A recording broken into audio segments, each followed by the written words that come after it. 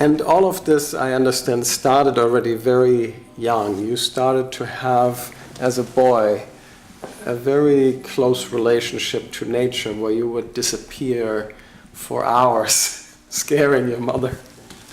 And tell us about this relationship with nature as it started and how it developed. I was born in a sugar mill. In fact, there was a sugar mill and lots of farms around. And I used to be a very lonely boy. And I used to go to the school in the morning, and after backing from the school, I used to take my bike, a fishing rod, and I used to go, every day to a different place.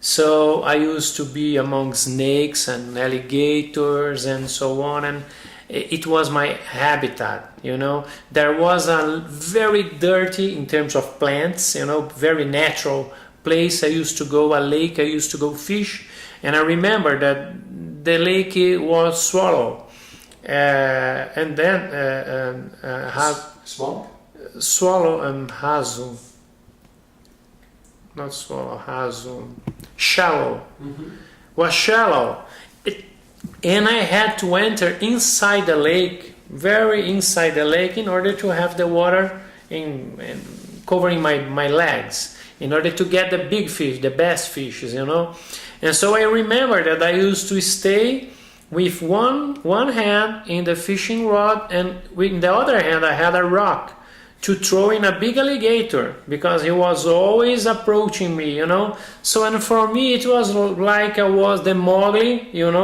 Mowgli there, one eye on the fishing rod and the other eye in the alligator, and it was for me totally natural. So I was in the middle of those natural elements. They were familiar to me.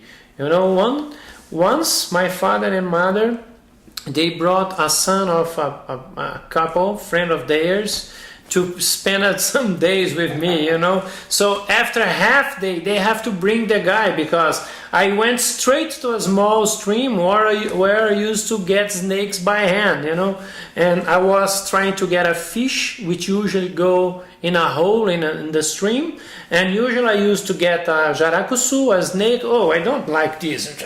I want that kind of fish, And the fish used to have teeth like this, And so it was perfectly normal to me. And I think that since I was born, I was surrounded by these natural elements, by these living forces of the earth. And I feel very, very well among these forces, playing, in the middle of these forces, being part of these forces, because you just can develop an agroecological production model if you stay in the farm, if the farm feel yourself as part of it, You have to be part of the alive organisms which act in a farm.